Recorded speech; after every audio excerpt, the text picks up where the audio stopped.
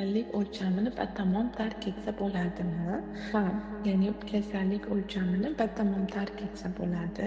Har qanday kasallikni ongimizdagi o'y-xayollarimizni o'zgartirish doirasida, ya'ni ongimizdagi o'y-xayollarimizni o'zgartiramiz va chastotamimizni ko'tarib, vibratsiyani oshirib, butun egiluvchanlik bilan o'tib ketsak bo'ladi.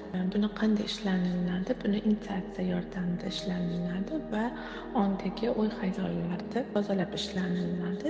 Biz yurak xuruji kasalligi, oyoq og'riq kasalliklari, qon tomirlaridagi qonni qotib qolish, tromb bo'lib qolish, qon quyilish natijasida oyoqdagi og'riqni, qandli diabet, oshqozondagi ovqat hazm qilmasligi, ichaklardagi ovqat hazm qilmasligi va jigar kasalliklari, ya'ni jigar sirrozi va o't pufakdagi toshlar, yurak og'riqlari, bachadondagi ayollarda xastaliklari, ko'krak osti bezidagi kasalliklar bo'yicha, bosh og'riqlari bo'yicha, quloq, ko'z, burun kasalliklari bo'yicha biz kosmik shifo deb nomlangan kurs tayyorlayapmiz.